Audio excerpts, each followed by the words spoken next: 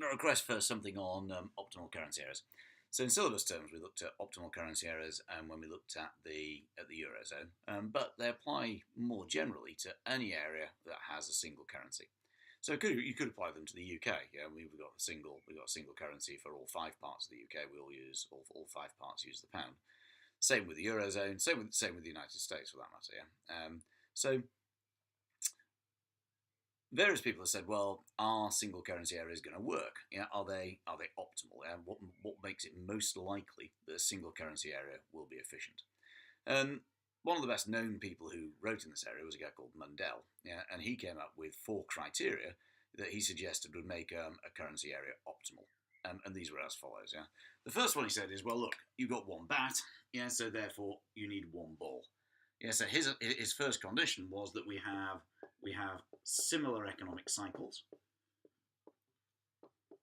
is the first thing. Yeah, and within that we have similar economic structures.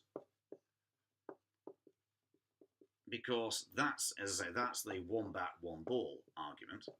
So you only have a single interest rate, yeah, to control all of the economies. Yeah, therefore, if you've got 1 bat, yeah, which is interest rates, yeah, then you need 1 ball. Yeah, you need all the economies to be approximately the same.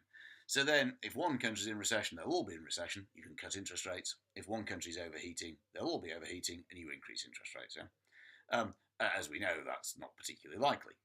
So, secondly, he says, well, okay, fine. Let's suppose that one country falls out of phase with all the others. It has an asymmetric shock.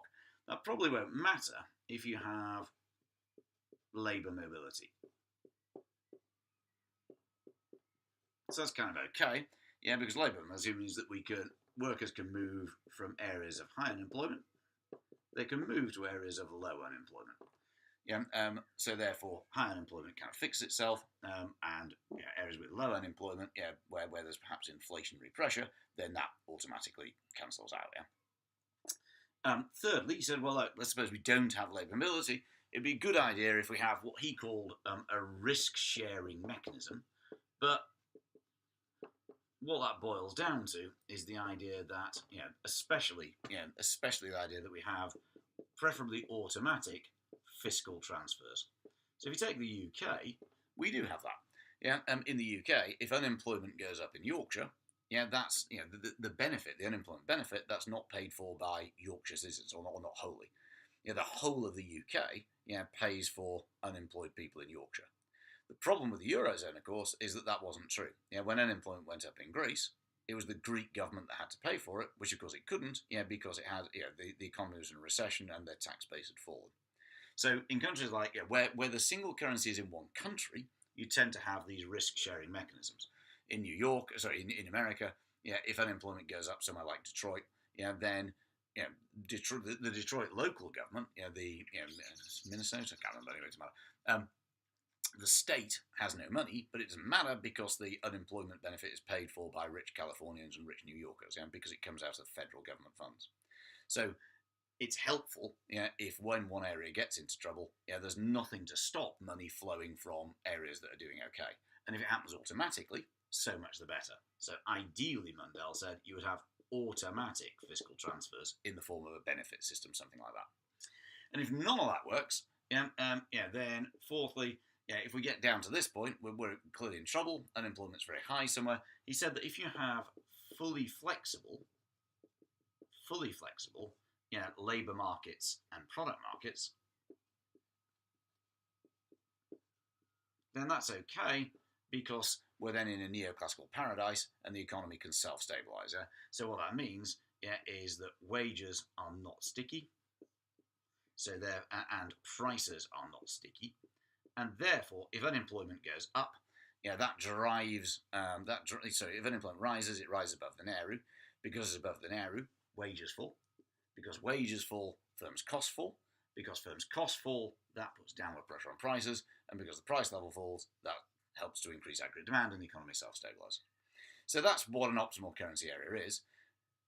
So is the European Union an optimal currency area? Well, we know that different countries are at different stages of economic cycles. Unemployment in Greece is still 18%, whereas in Germany it's kind of more like about 4%. And we also know that the structures of those economies are very different. Yeah, so the Greek economy is dominated still to some extent by agriculture and tourism, whereas Germany is a manufacturing powerhouse. Do we have labour mobility? Well, in theory, yes. Yeah, in theory, anybody, Greek and Spanish workers can go and work in Holland and Germany, in the Netherlands and Germany. Yeah? Because they're all part of the EU, and therefore one of the four freedoms is free movement of labour. But obviously, to work in Germany, it helps speak German, which if you're Greek, you might not. So therefore, that kind of, and there are also social reasons that you might not want to go. Yeah, your family and friends and school and blah blah blah blah blah. Are there automatic fiscal transfers? No. So that was part of the problem. Is that the Germans really didn't want to bail out the Greeks. And they made life quite difficult. So the Greeks did get bailout money, but that was with very significant strings attached. And do we have fully flexible labour and product markets? Well, they're better than they were, but we've looked at Greece at various points, and kind of they have very early retirement, massive inefficiencies, lots of state-run firms, that mean that. So, well, I mean, a lot of these have been privatised now, but at the time they didn't, Whereas an economy like the US, it's still not completely true, but we're better on those conditions. Anyway, that's a very quick guide, to what we mean by an optimal currency area. So a currency area will be optimal, if all four of those conditions hold. That will be purely optimal. The more true that they are, the closer to being optimal a single currency area will be. Because of the third one, they tend only really to be close to being optimal if they're inside one country rather than being across countries. There you go.